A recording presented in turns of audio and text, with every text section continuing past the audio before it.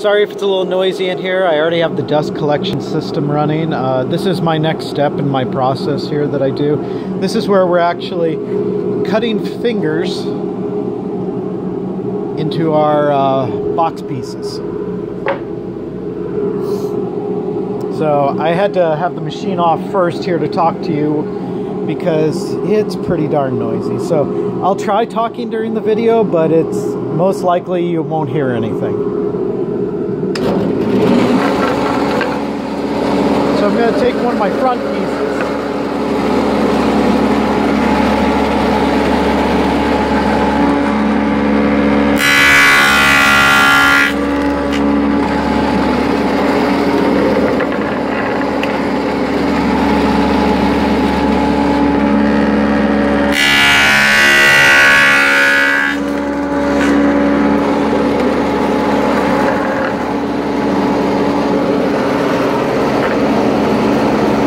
One of the fronts. We can go ahead and take one of the sides. Long board goes up on that side.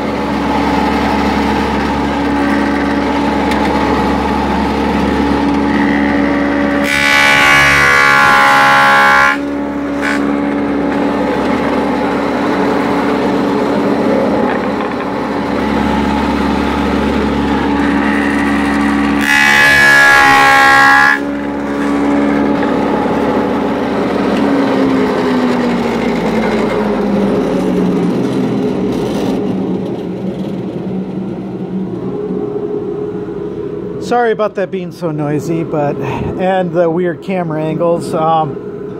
Really, it's meant to be run with two hands, one to brace the board and one to pull the handle, but obviously if my cell phone is in one of my hands, I can't do that. So anyhow, if we had already cut the dado in the top part of this, the frame rest, then we would be able to take this board here and slide them together, but you can see the notch hasn't yet been removed for the frame rest, so that can't go together just yet. I will show you in the next video when we are cutting the frame rests that instead of having one of these machines here to do the fingers, you can do what's known as a rabbited joint. And I'll actually walk you over here to where I have some pieces.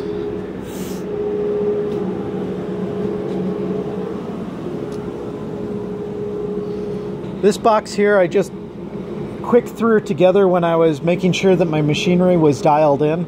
So you can see how the box fits together. You can see with the frame rest here, that corner I was just showing you, it fits snug in.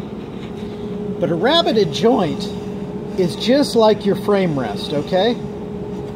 It is just a, it's where you've taken the dado blade or a router and you've cut basically a shelf into the board there.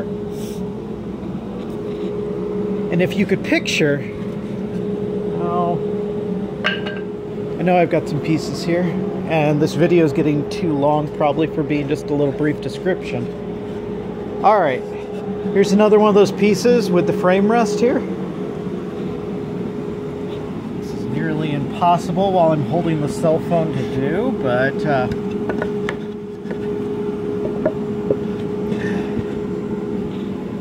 this would be another way of doing your boxes if you can't do the fingers. This allows you just to take that rabbited joint, and I see a lot of people do this anyhow. And the box fits together like that. You'd put your nails in through here. It's a pretty darn strong joint. There's a lot of people that do it. However, if you've ever looked, you will never find a commercial operation that is producing boxes on a massive scale that does rabbited joints. Rabbited joints are really economical if you don't want to buy one of these machines over here, or if you don't want to mess around with a jig in your own wood shop. There are jigs, you can look them up online, where you could take a regular table saw, put a dado blade on it, and again, a dado blade is is really like having 5 or 6 saw blades all smushed together so that it does a thick cut. But that dado would allow you to cut a single finger at a time using one of those jigs on your table. I realize that this is just a single saw blade, but picture if there was 4 or 5 blades here so that it was, you know, thicker, did like a 3/4 inch cut, and you would have a jig that would allow you to slide the wood through one time, and then when you pulled it back, it would notch over 3/4 of an inch exactly, well, 1.5 inches, so that you would leave a 3/4 inch tooth, and then you would have then another space you could cut another cut across there. So it would be slice for one tooth, pop over, leave a nub, slice, you'd get your next one, pop over, slice, and you can do it that way.